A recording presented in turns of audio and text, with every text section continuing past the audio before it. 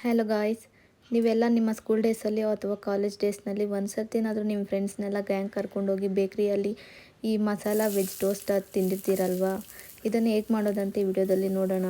ಇವತ್ತು ಆ್ಯಕ್ಚುಲಿ ಸ್ವಲ್ಪ ಮೈಗೆ ಹುಷಾರಿರಲಿಲ್ಲ, ಊಟ ತಿನ್ನೋದಕ್ಕೆ ಸಹ ಆಗ್ತಿರಲಿಲ್ಲ. ಆ ಸಮಯದಲ್ಲಿ ಸ್ವಲ್ಪ ವೆಜಿಟೇಬಲ್ಸ್ ಎಲ್ಲ ಸೇರಿಸಿ ಈ ಥರ ಮಾಡ್ಕೊಳ್ಳೋಣ ಅಂತ ಮಾಡ್ತಿದ್ದೆ.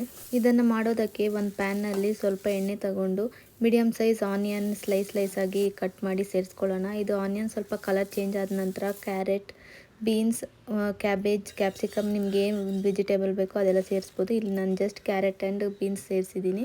ಇದೆಲ್ಲ ಚೆನ್ನಾಗಿ ಫ್ರೈ ಆದ ನಂತರ ಒಂದು ಸ್ವಲ್ಪ ಟೊಮೆಟೊ ಸೇರಿಸಿ, ಆ ಟೊಮೆಟೊ ಸಾಫ್ಟ್ ಆದ ನಂತರ ಉಪ್ಪು ಮತ್ತು ಗರಂ ಮಸಾಲ, ಸ್ವಲ್ಪ ಅರಿಶಿನ, ಹಾಗೆ ಖಾರದ ಪುಡಿ, ಧನಿಯಾ ಪೌಡರ್ ಸೇರಿಸಿ ಸ್ವಲ್ಪ ಹೊತ್ತು ಫ್ರೈ ಮಾಡಿದ ಮೇಲೆ ಲಾಸ್ಟಲ್ಲಿ ಫೈನಲ್ ಟಚ್ ಕೊತ್ತಂಬರಿ ಸೇರಿಸಿ ಮಿಕ್ಸ್ ಮಾಡಿ ಪಕ್ಕಕ್ಕೆ ಎತ್ತಿಟ್ಕೊಳ್ಳೋಣ. ಇನ್ನೊಂದು ಸೈಡ್ ಪ್ಯಾನ್ ಮೇಲೆ ಬ್ರೆಡ್ಡನ್ನು ಟೋಸ್ಟ್ ಮಾಡಿ ಅದ್ರ ಮೇಲೆ ನಾವು ಮಾಡಿಟ್ಟಿರೋ ಮಿಕ್ಸ್ಚರ್ನ ಅಪ್ಲೈ ಮಾಡಿ ಸರ್ವ್ ಮಾಡಿದ್ರೆ ಟೇಸ್ಟಿ